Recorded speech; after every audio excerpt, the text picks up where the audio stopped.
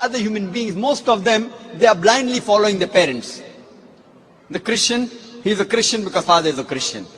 The person is a Hindu because father is a Hindu. Most of the Muslims are Muslims because their fathers are Muslim.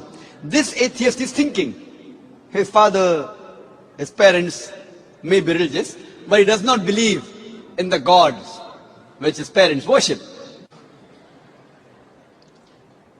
Most of the atheists, we realize, have become atheists because they believe in science and technology. These people think that science is advanced so much, we don't require any scripture, we don't require any religion, etc.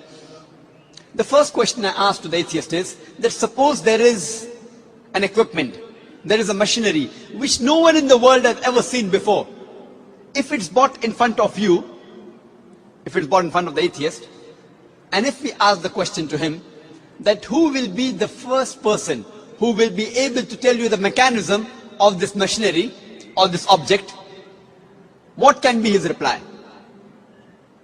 What can he reply? Suppose a machinery who no one in the world has seen, if it's brought in front of the atheist and he's asked the question, who will be the first person who will tell you the mechanism of this machinery or object?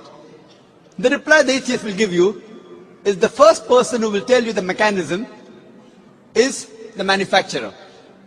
Some may say the creator, some may say the inventor, some may say the producer. Whatever they say, it will be somewhat similar. Either they say the creator, the manufacturer, the producer, the inventor. It will be somewhat similar. Just keep it at the back of your mind. Then ask him the next question. That how did our universe come into existence? So the atheist will tell us that initially there was a primary nebula. Then there was a big bang. There was a secondary separation which gave rise to galaxies, the sun, the moon, and the earth on which we live. This we call as a Big Bang.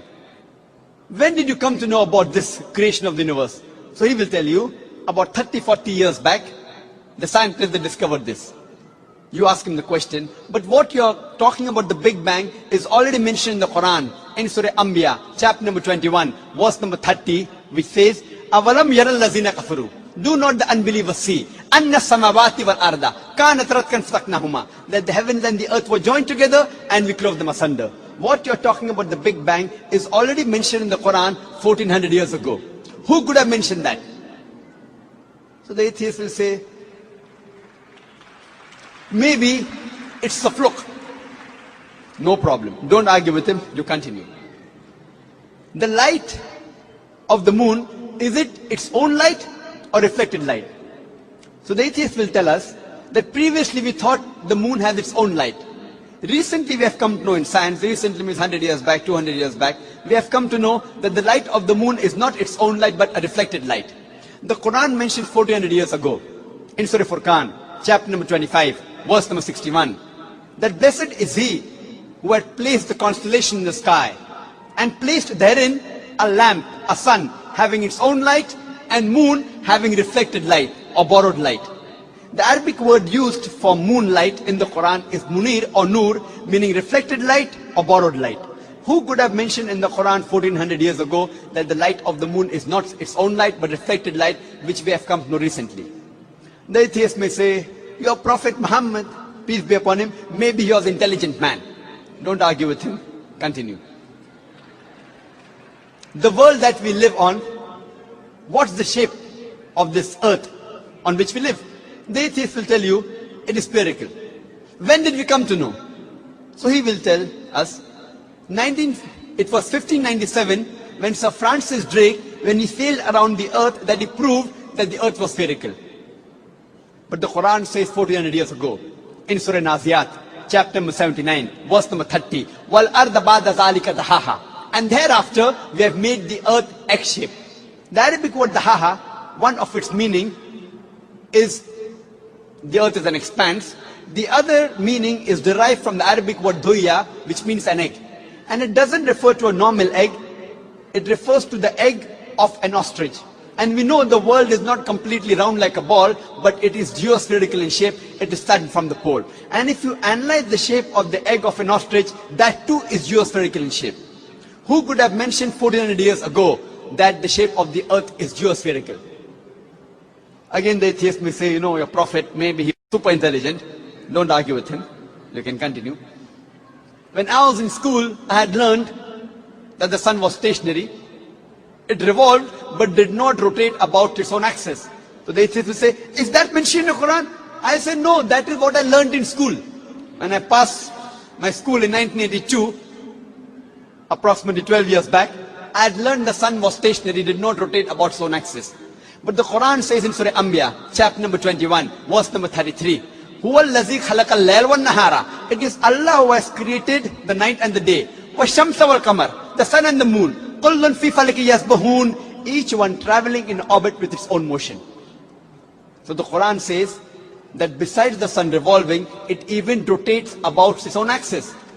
Who could have mentioned this in the Quran 1400 years ago? And the atheist will be silent. There will be a long pause. Don't wait for the reply. You can keep on continuing. Today, science tells us that the universe is expanding, which is mentioned in the Quran 1400 years ago in Surah Dhariyat, chapter number 51, verse number 47. The Quran speaks about the water cycle which we learnt in school.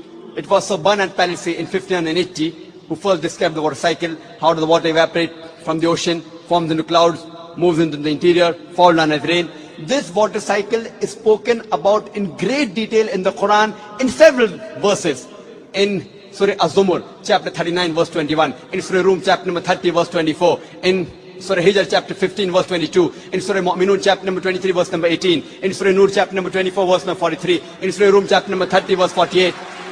In Surah Araf, chapter number 7, verse number 17. In Surah Furqan, chapter number 25, verse 48 to 49. In Surah Fatir, chapter number 35, verse number 9. In Surah Yasin, chapter number 36, verse number 34. In Surah Mulk, chapter number 67, verse number 30. In Surah Tariq, chapter number 86, verse number 11.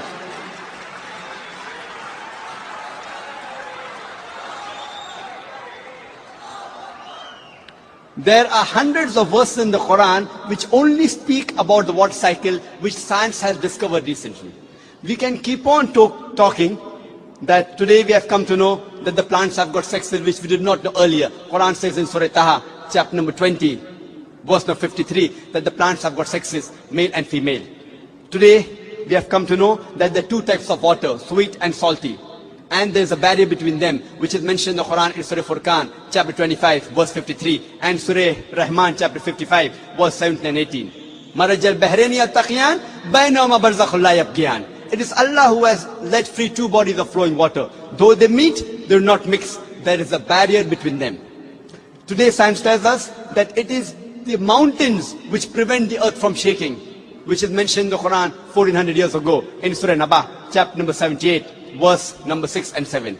The Quran speaks about biology, that we have created every living creature from water, every living thing. In Surah Anbiya, chapter 21, verse number 30, Quran mentions this 1400 years ago.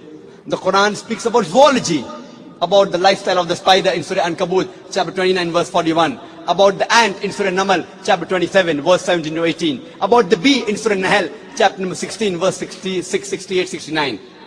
The Quran speaks about embryology in Surah Alaq, chapter 96, verse number 1 and 2. We have created the human being from alaqa, a leech-like substance, which we have come to recently. The Quran speaks about embryological stages in Surah Mu'minun, chapter 23, verse number 12 to 14. You can go on talking about the scientific points. There are more than 1,000 verses in the Quran which speak about science. After every scientific fact, you ask the question, who could have mentioned that in the Quran? The only reply the atheist can give you is the creator, the cherisher, the manufacturer, the inventor, the producer.